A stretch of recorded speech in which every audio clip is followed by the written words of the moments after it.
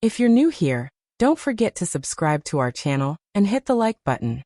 Your support helps us bring more powerful, emotional stories to life. Stories that linger long after the screen fades to black. Stories that remind us how fragile trust can be, and how a single quiet moment can quietly dismantle everything we believed was unshakable. So before we begin, take just a second. Subscribe. Tap the like button. Turn on the notification bell. Because tonight's story doesn't explode into chaos. It unfolds slowly. And by the time you realize what's happening, it's already too late. Now get comfortable. Take a slow breath. And please, stay with me until the end.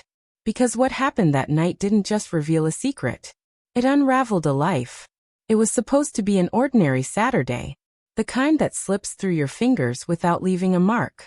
No anniversaries. No arguments. No celebrations. Just a quiet evening suspended between exhaustion and rest. The week had finally loosened its grip, and Sunday hadn't yet begun demanding anything from us. It was the kind of in-between moment families often take for granted. Those are usually the nights we forget. But sometimes, they're the ones that change everything. The house was calm. Too calm. Not the warm, lived-in calm of a happy home.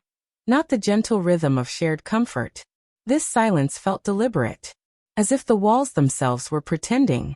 I had just finished folding laundry. Each shirt stacked carefully. Each towel aligned precisely. I don't know why I did it so meticulously. Maybe part of me believed that if everything looked orderly, nothing could truly fall apart. The dining table was already set, though dinner had been ready for almost an hour. Plates untouched. Silverware aligned.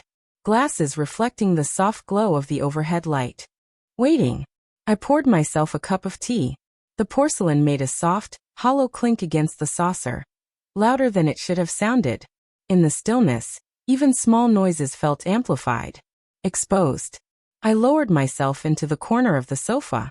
The cushions embraced me the way they always had. Familiar, dependable.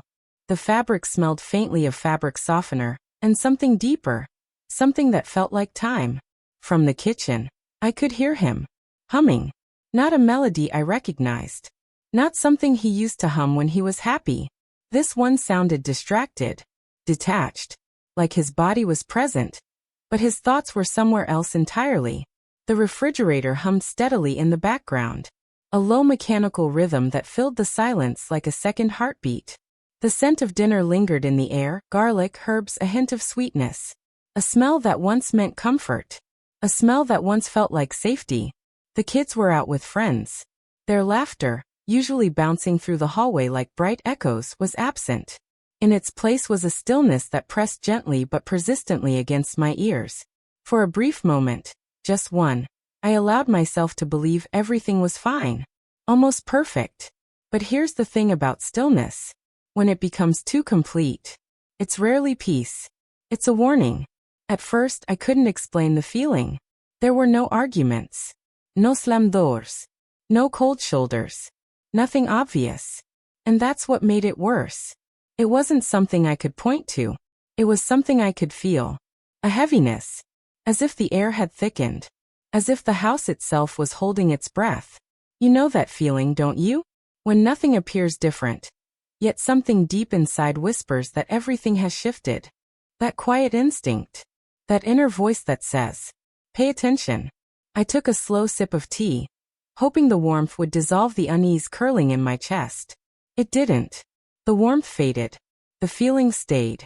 Because if I'm being honest, the changes hadn't started that night. They had begun weeks ago. Subtle at first. So subtle I almost convinced myself they weren't real. His laughter didn't rise as freely anymore. It felt measured. Controlled. Like he was choosing when to let it out. His smiles faded faster. And his phone. His phone never left his hand. It used to be forgotten on counters. Slipped between couch cushions. Left charging in random corners. Now, it might as well have been stitched to his palm. I would glance up and catch him staring at it. Thumb moving quickly, expression carefully neutral. And sometimes, there would be a smile. Not the warm smile he gave me across dinner tables. Not the tired smile he offered at the end of long days. This one was private. Quick. almost secretive. And the moment our eyes met, it vanished, replaced with calm. Too calm. Just checking something for work, he'd say. Same tone. Same phrasing. Every time. And at first I believed him. Because that's what trust does. It believes. Even when doubt begins knocking softly at the door. But over time, the details began stacking. Messages lighting up the screen late at night. Conversations ending abruptly when I entered a room. His phone angled slightly away from me. Restlessness clinging to him like static electricity. When love becomes uncertain, silence becomes unbearable. Every pause feels loaded. Every unanswered question grows heavier. And that night, sitting on the sofa, staring at the warm light spilling from the kitchen, something inside me shifted. I wasn't imagining it anymore. The house felt heavy, like it was carrying truths it hadn't yet confessed. Then I heard it. A sound. Faint. Rhythmic. Deliberate. From upstairs. At first, I told myself it was nothing. Old houses creak. Pipes shift. Wood expands. But then it came again. Slower. Measured. Not random. Each sound landed in the silence like a heartbeat. My breath stalled. The tea in my hands suddenly felt cold. Something was wrong. I stood slowly. The hallway light stretched long shadows across the floorboards, distorting familiar shapes into something almost threatening. And that's when I saw it. Liam's door. Slightly open. That door was never open. Liam valued privacy the way some people value oxygen. Every night, without fail, his door was closed. Not slammed. Not locked. Just firmly shut. A boundary respected by everyone in the house. Routine. Predictable. Safe. But tonight? It was cracked open just enough to reveal darkness inside. And that small detail, that half-inch of space, sent a chill down my spine. My pulse quickened. The air felt thicker with every step I took down the hallway. It was strange how a house you've lived in for years can suddenly feel unfamiliar. Watching. Waiting. Don't, I told myself. Respect his space. He's growing up.